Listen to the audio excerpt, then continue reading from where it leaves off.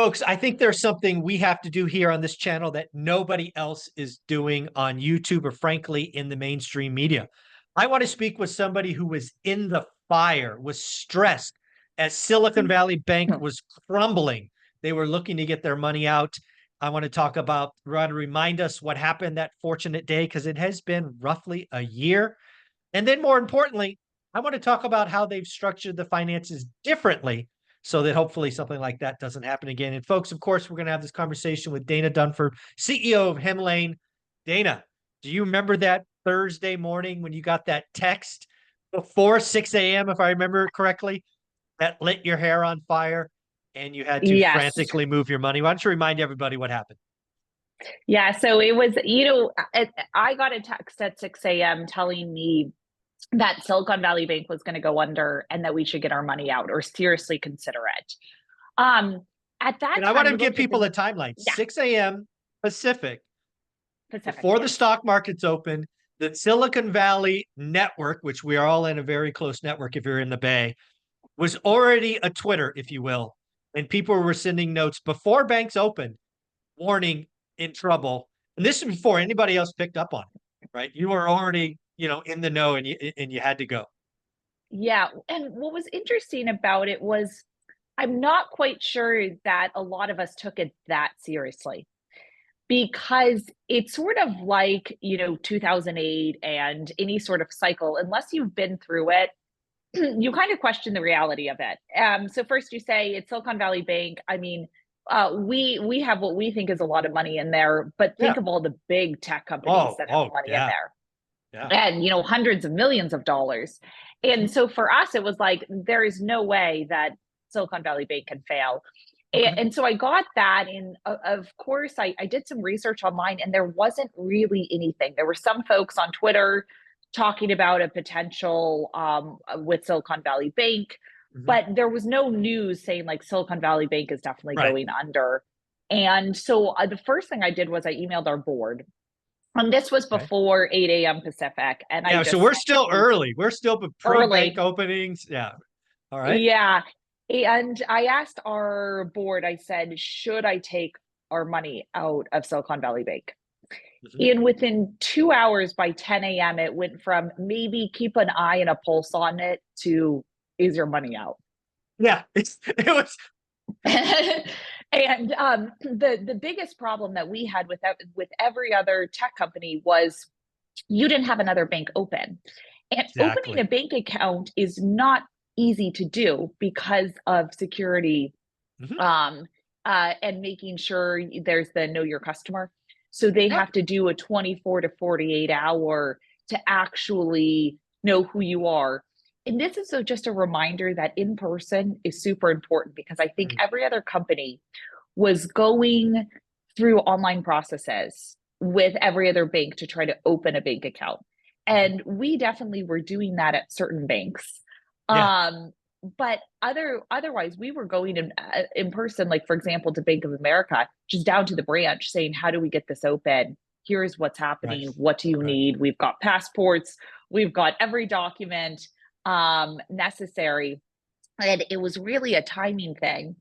And then what was also really, I guess, troubling for me was even at 2 p.m., by the So time we were we're just still we're on that day. It's still that same day.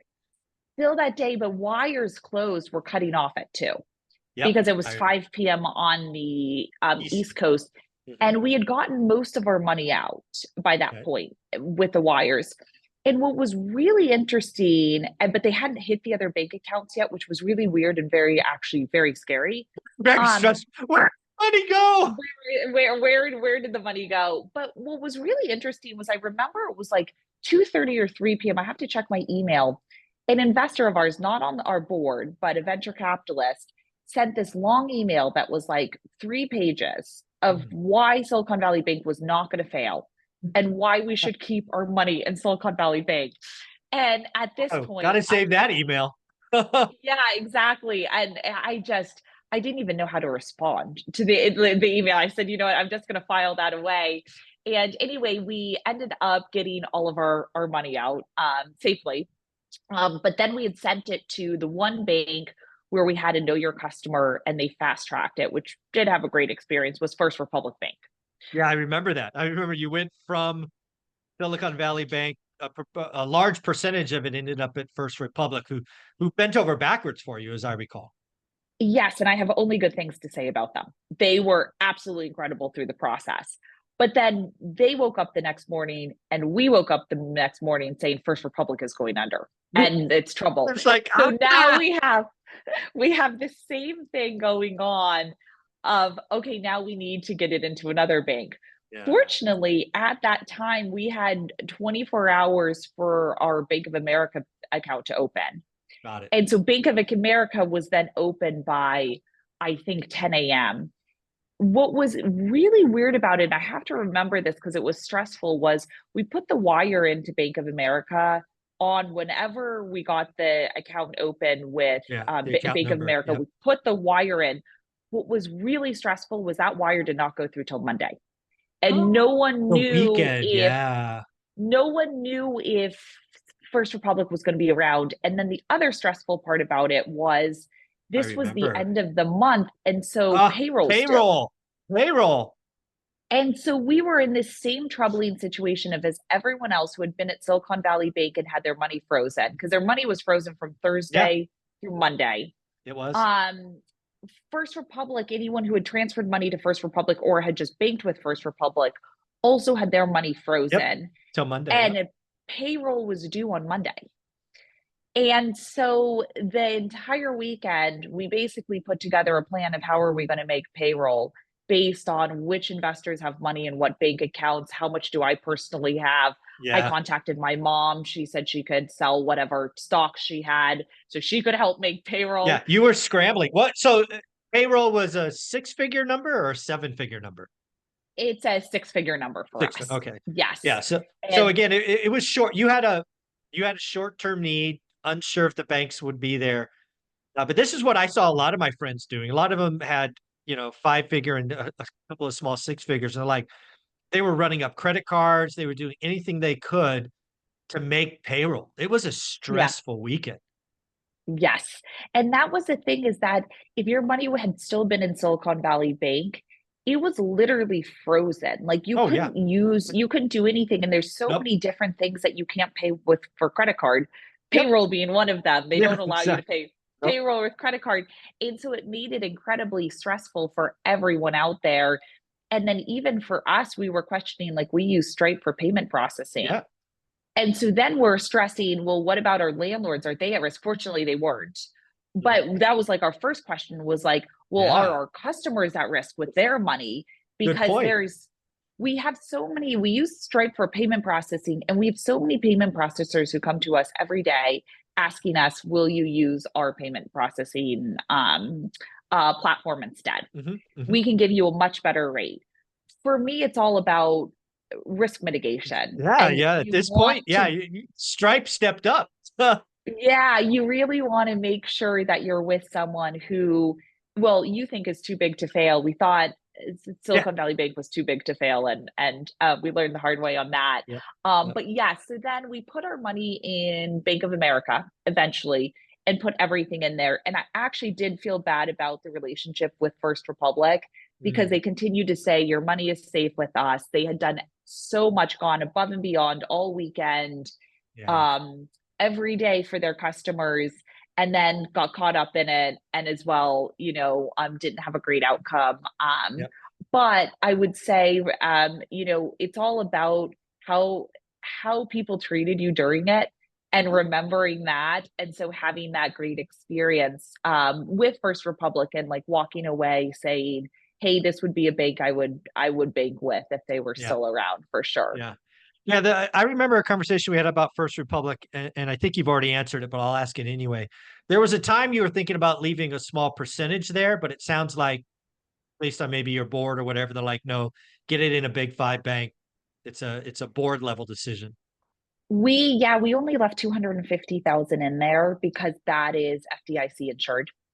So we left a Makes sense. minimum of 250,000 in there. And our thought process was maybe Bank of America will fail too. And at least we have 250 here, but it's We can less make likely payroll to for a fail. month or whatever. We Yeah. can make payroll for a month. So we Yeah. did that. We eventually did transfer that part out.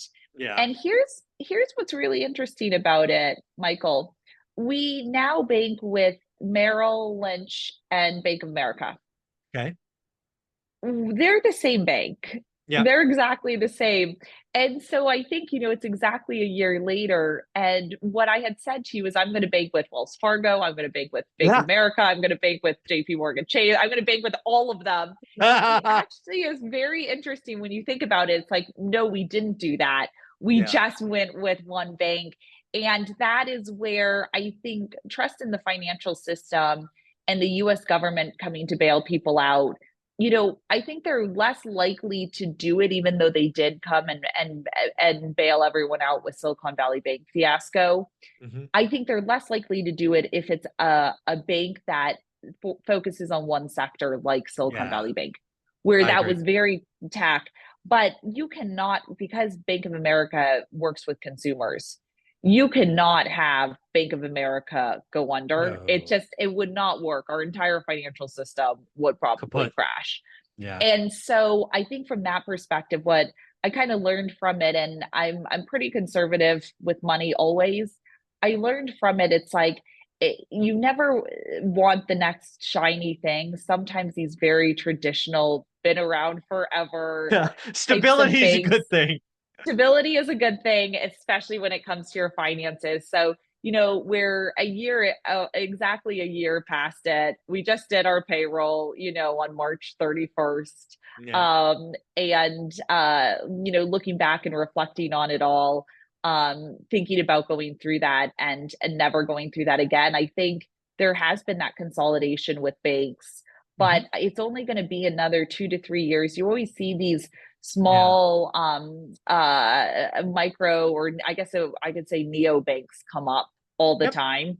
And I'm just so skeptical. And I think people who didn't go through Silicon Valley or just saw it in the news Yeah. may actually go for those. And for us, we would never consider it. No, it's not even anywhere on the radar. It's like, nope, top five bank. Yeah. I'm done. That's it. Yep. Yeah. Exactly.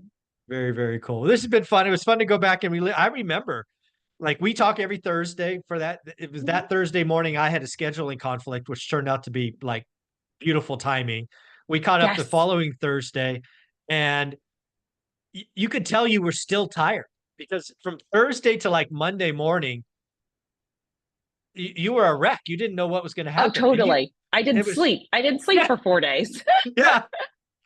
Now we can look back out at it in a year and realize it was really only 4 days, which is Yeah. which is pretty wild to think about. So, um, I appreciate you doing that. You do obviously offer an amazing trial of Hemlane that anybody in the One Rental at a Time family should check out, whether they are actively landlords or thinking about landlords. Where can they go get that? Yep, you can go to www.hemlane.com and just mention Michael Zuber, one rental at a time for 20% off your first year. That's so cool. Thank you, Dana. Thanks for having me.